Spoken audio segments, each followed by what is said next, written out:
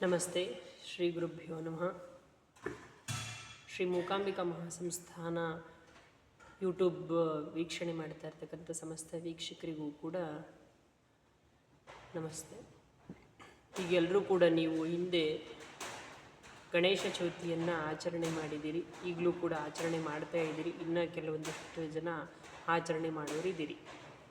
So Ganapati ಯಾವ ರೀತಿ ಇರಬೇಕು ಅಂತ ಹೇಳಿ ನಾನು ತಿಳಿಸ್ಕೊಡ್ತೇನೆ, ಅಥವಾ ಗಣೇಶ ಚೌತಿಯನ್ನು ಯಾವ ರೀತಿಯಾಗಿ ಆಚರಣೆ ಮಾಡಬೇಕು ಅಂತ ಹೇಳಿ ತಿಳಿಸ್ಕೊಡ್ತೇನೆ. ನೋಡಿ, ಗಣಪತಿ ಅನ್ನುವಂಥವನು ಆತ ವಿಘ್ನ ನಿವಾರಕ. ಹಾಗಾಗಿ ಮೊದಲು ಮಹಾಗಣಪತಿಯ ಪೂಜಾನುಷ್ಠಾನ ಅನ್ನುವಂಥದ್ದು ಎಲ್ಲ ಪೂಜೆಗಳಿಗಿಂತ ಮೊದಲನೇ ಆದ್ಯತೆಯನ್ನು ಪಡ್ಕೊಂಡಿರುತ್ತೆ. ಗಣಪತಿಯನ್ನು ಕೂರಿಸುವಂತಹ ಸಂದರ್ಭದಲ್ಲಿ ಯಾವ ರೀತಿಯಾದಂತಹ ನಿಯಮಗಳನ್ನು ಅನುಸರಣೆ ಮಾಡಬೇಕು ಮತ್ತು ಯಾವ ರೀತಿಯ ಗಣಪತಿಯನ್ನು ತರಬೇಕು ಅಂತ ಹೇಳಿ ನಾನು ನಿಮಗೆ ತಿಳಿಸ್ಕೊಡ್ಲಿಕ್ಕೆ ಇಚ್ಛಿಸ್ತೇನೆ. ನೋಡಿ, ಮೊದಲು ನಾವು ಗಣಪತಿಯನ್ನು ತರೋದಕ್ಕೂ ಮುಂಚೆ ಗಣಪತಿಗೆ ಉಡಿಸಿರ್ತಕ್ಕಂತಹ ಪಂಚೆಯ ವರ್ಣ ಕೆಂಪು ವರ್ಣದ್ದಾಗಿರಬೇಕು. ಯಾಕೆ ಕೆಂಪು ವರ್ಣ ಅಂತ ಹೇಳಿದ್ರೆ, ಆತನಿಗೆ ಕೆಂಪು ವರ್ಣದ ಪುಷ್ಪಗಳು ಅಂತ ಹೇಳಿದ್ರೆ ಬಹಳ ಪ್ರಿಯವಾದದ್ದು. ಹಾಗಾಗಿ ಪಂಚೆ ಅನ್ನುವಂಥದ್ದು ಕೆಂಪು ವರ್ಣದಲ್ಲಿರಬೇಕು. ಸೊ ಅದು ಶಾಸ್ತ್ರಗಳು ಹೇಳುವಂಥದ್ದು.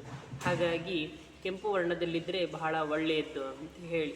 ಮತ್ತು ಗಣಪತಿಗೆ ದೊಡ್ಡದ ಆಕಾರವಾದಂಥ ಒಂದು ಹೊಟ್ಟೆ ಇರುತ್ತೆ. ಈಗೆಲ್ಲ ಅದೆಲ್ಲ ಈಗೆಲ್ಲ ಯೂತ್ಸು ಟ್ರೆಂಡ್ ಮಾಡ್ತಾರೆ. ಏನಪ್ಪ ಅಂತ ಹೇಳಿದ್ರೆ, ಗಣಪತಿಗೆ 6 ಪ್ಯಾಕ್ ಬಂದಿರೋ ರೀತಿಯಲ್ಲಿ ಅಥವಾ ಗಣಪತಿ ಯೋಧ ಆಗಿರೋ ರೀತಿಯಲ್ಲಿ ನೀವು ಗಣಪತಿಯನ್ನು ಯಾವ ರೀತಿ ಬೇಕಾದರೂ ಮಾಡಿ, ಆತನಿಗೆ ಹೊಟ್ಟೆ ಅನ್ನುವಂಥದ್ದು ದೊಡ್ಡದಾಗಿರಬೇಕು. ಯಾಕಂತಂದರೆ ಅವನಿಗೆ ಹಿರಣ್ಯ ಗರ್ಭ, ಇಡೀ ಭೂಮಂಡಲವನ್ನೇ ಆತ ತನ್ನ ಹೊಟ್ಟೆಯನ್ನಾಗಿ ಮಾಡಿಕೊಂಡಿರ್ತಾನೆ. ಮತ್ತೇನಪ್ಪ ಅಂತ ಹೇಳಿದ್ರೆ, ನಾಗ ಅನ್ನುವಂಥದ್ದು ಅವನ ಹೊಟ್ಟೆಗೆ ಸುತ್ತಿರುತ್ತೆ. ಯಾಕಂದರೆ ಹಾವುಗಳು ಯಾವಾಗಲೂ ಕೂಡ ಆ್ಯಕ್ಟಿವ್ ಆಗಿರುತ್ತವೆ, ಹೌದಾ?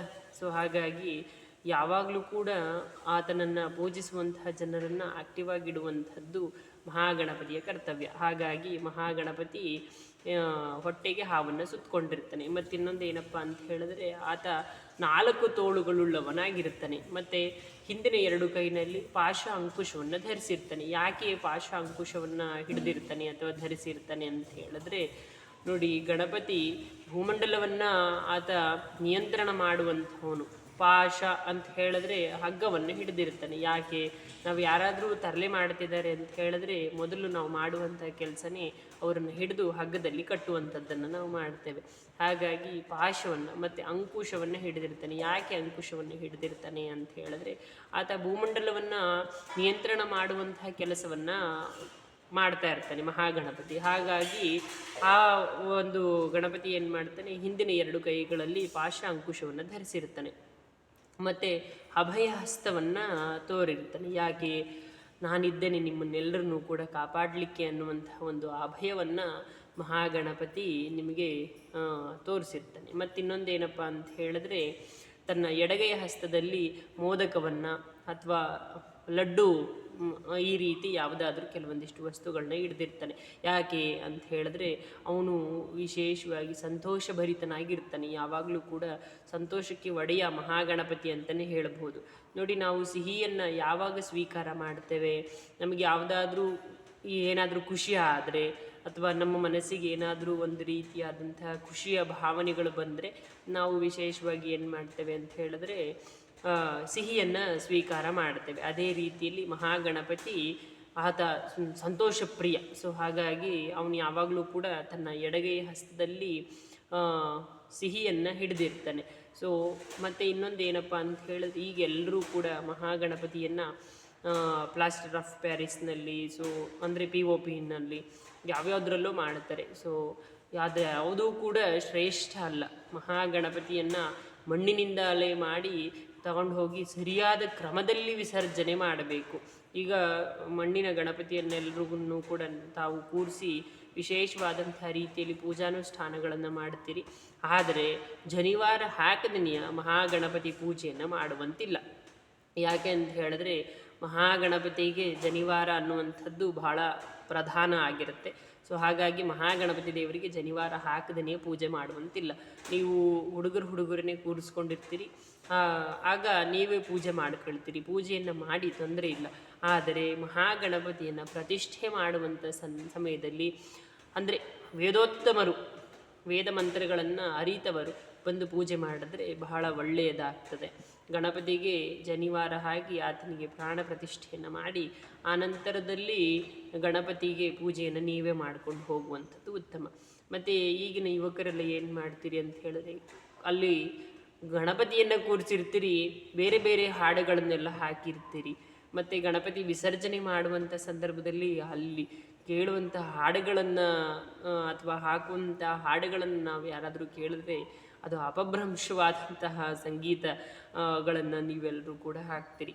ನಿಮ್ಮ ಖುಷಿ ಅದನ್ನು ನೀವು ಮಾಡಿಕೊಳ್ಳಿ, ತೊಂದರೆ ಇಲ್ಲ. ಆದರೆ ಮಹಾಗಣಪತಿಯ ಪೂಜಾ ಕೈಂಕರ್ಯಗಳನ್ನು ಮಾಡುವಂಥ ಸಮಯದಲ್ಲಿ ದೇವರ ನಾಮಸ್ಮರಣೆಯನ್ನು ಮಾಡುವಂಥದ್ದು ಬಹಳ ಉತ್ತಮ ಆಗುತ್ತೆ. ಯಾಕೆ ಅಂತ ಹೇಳಿದ್ರೆ ಮಹಾಗಣಪತಿ ವರ್ಷದಲ್ಲಿ ಒಮ್ಮೆ ಭೂಲೋಕಕ್ಕೆ ಬರ್ತಾನೆ.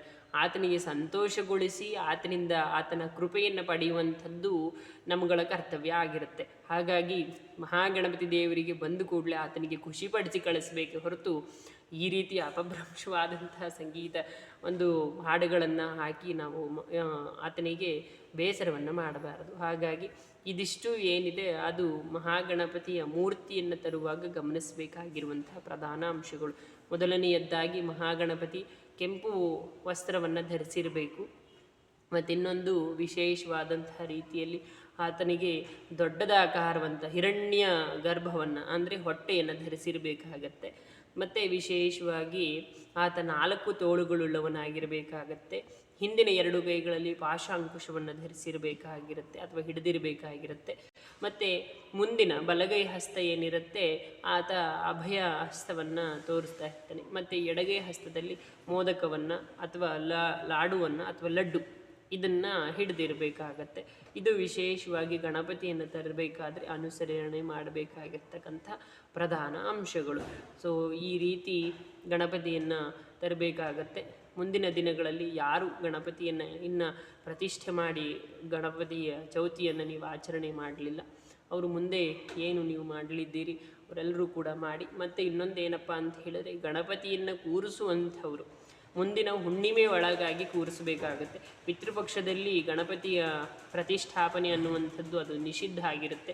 ಪಿತೃಪಕ್ಷ ಅನ್ನುವಂಥದ್ದು ಹಿರಿಯರಿಗೆ ಅಥವಾ ಪಿತೃಗಳಿಗೆ ಸಂಬಂಧಿಸಿದಂತಹ ಸಮಯ ಆದ್ದರಿಂದ ಆ ಸಮಯದಲ್ಲಿ ಗಣಪತಿಯನ್ನು ಪ್ರತಿಷ್ಠೆ ಮಾಡುವಂಥದ್ದು ಅಥವಾ ಆ ಸಮಯದಲ್ಲಿ ಗಣಪತಿಯ ವಿಸರ್ಜನೆ ಮಾಡುವಂಥದ್ದು ಅದು ಯಾವುದೂ ಕೂಡ ಮಾಡಬಾರ್ದು. ಯಾಕಂದರೆ ಅದೆಲ್ಲವೂ ಕೂಡ ಶಾಸ್ತ್ರಕ್ಕೆ ವಿರುದ್ಧವಾಗಿರುವಂಥದ್ದು. ಹಾಗಾಗಿ ಆ ಸಮಯದಲ್ಲಿ ಗಣಪತಿಯನ್ನು ಪ್ರತಿಷ್ಠೆ ಮಾಡುವುದೆಲ್ಲ ಬೇಡ.